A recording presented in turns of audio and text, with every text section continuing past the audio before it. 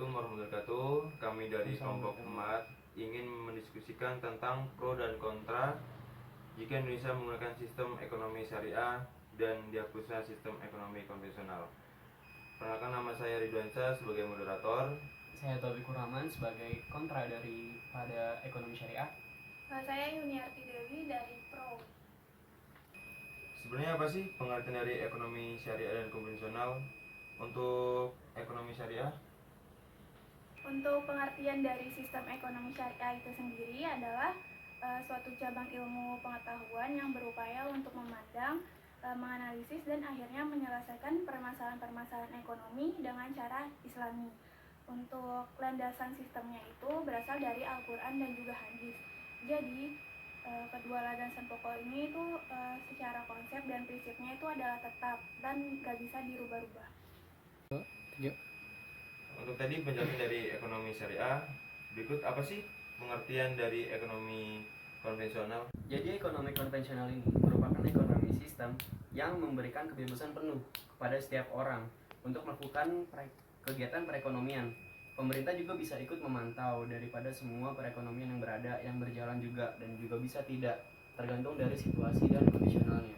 Oke, berikut penjelasan dari pengertian ekonomi syariah dan konvensional. Untuk berikutnya, kenapa sih kok bisa pro dan kontra? Kalau saya sih setuju ya jika negara Indonesia ini merubah sistemnya menjadi sistem ekonomi syariah. Karena sistem ekonomi syariah itu punya kelebihan untuk pertama menunjang kebebasan individu, mengakui hak individu terhadap harta, juga jaminan sosial, distribusi kekayaan, larangan menumpuk kekayaan, juga kesejahteraan individu dan masyarakat gitu. Karena kan setiap negara pasti ingin ya untuk jauh dari krisis ekonomi pada negaranya. Oleh karena itu solusi dari itu adalah menggunakan sistem ekonomi Islam gitu, karena kita tahu sendiri ekonomi Islam itu melarang yang namanya riba, sedangkan riba ini adalah pusat dari krisisnya ekonomi. Nah, jadi kan di sini kelebihannya ekonomi konvensional ini ada yang namanya sistem ekonomi sosialis. Di sini bisa berpolitik dengan tertib, dengan disiplin, dan sosialnya juga dapat. Dan musyawarah yang di sini bisa menjamin banget dan menyeluruh ke semua agama, karena Indonesia ini kan terdiri dari 4 agama kan yang kita tahu. Jadi kita nggak bisa, maksudnya gimana ya, pemilihan harta oleh negara, jadi kayak kesamaan ekonomi gitu, semuanya menjalar, semuanya merata, jadi tidak ada yang terlalu tinggi dan tidak ada yang terlalu rendah gitu loh kalau untuk dari sistem ekonomi sosialis ini, karena berjiwa sosial banget. Ini tidak berdasarkan individu sih sebenarnya, jadi ini berdasarkan kesosialan. Dan ada lagi yang namanya sistem ekonomi kapitalis. Di sini mereka semua harus berjuang satu sama lain, dimana yang berjuang lebih keras dia bakal mendapat sesuatu, yang malas-malasan ya bakal terima konsekuensinya gitu loh. Jadi ini sistem yang adil banget untuk orang yang mau berjuang. Oke, tadi mengenai pendapat dari kedua belah pihak dari segi kelebihan. Oke, sekarang saya ingin bertanya tentang kelemahan. Ini tentang kelemahan ekonomi konvensional. Kalau menurut saya sih kelemahan dari ekonomi konvensional itu yang pertama dari kapitalis ya. Untuk kapitalis ini adanya kesenjangan yang besar antara masyarakat, karena kan ini tentang persaingan ya.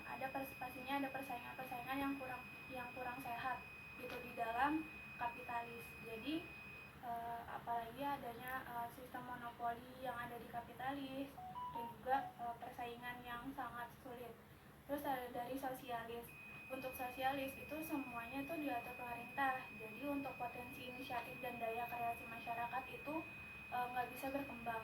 Oke, tadi pendapat Yuni tentang kelemahan ekonomi konvensional. Gimana sih menurut topik kelemahan ekonomi saat itu?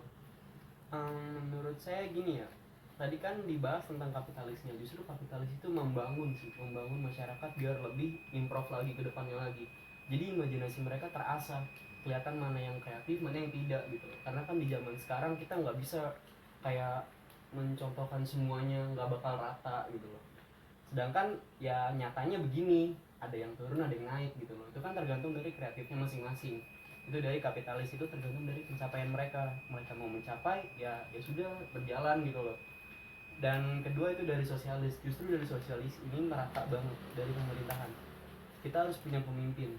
Kita harus punya pemimpin yang mengatur semuanya, dan pemerintah itu udah paling adil. Keputusan pemerintah itu nggak dari pemerintah sepihak, itu bakal dikonferensikan atau dirembukan dulu sebelumnya.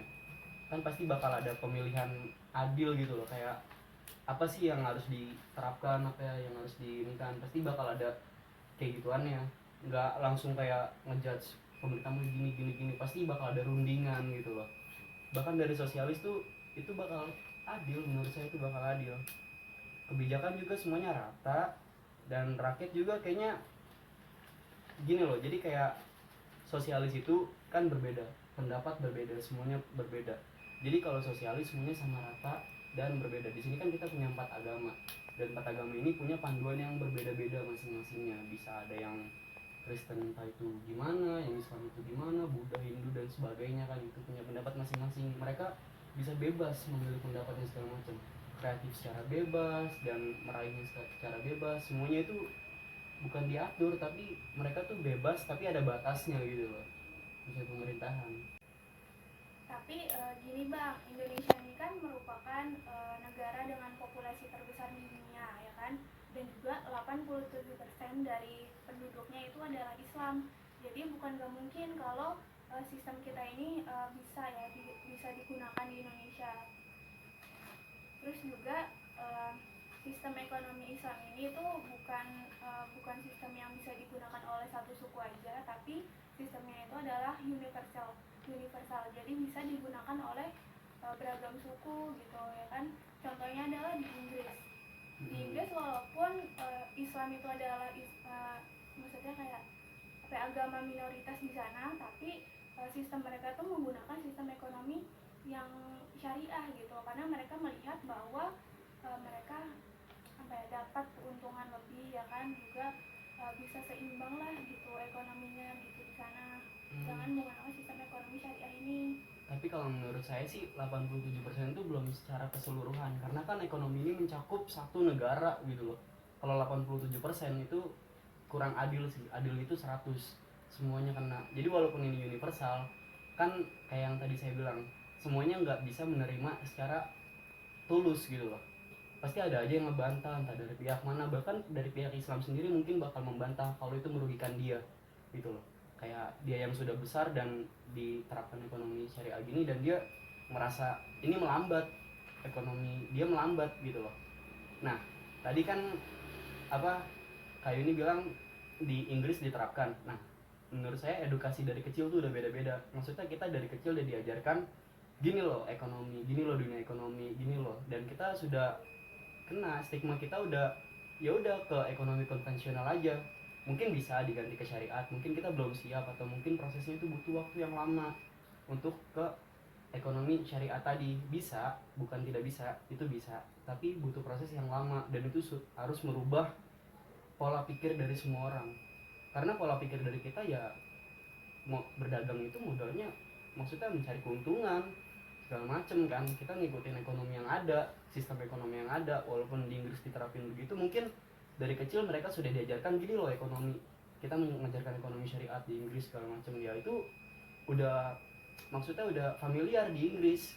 Tapi kalau di kita misalkan diterapkan, itu bakal butuh proses yang lama. Bisa maksudnya kayak bukan familiar ya untuk Inggris itu, pastinya mereka juga diskusi ya kan, terus juga untuk menetapkannya pasti butuh debat-debat juga gitu kan. Tapi kenapa mereka milih sistem ekonomi syariah gitu? Karena mereka melihat gitu untuk sistem ekonomi syariah ini itu nggak merugikan seperti konvensional yang lainnya gitu.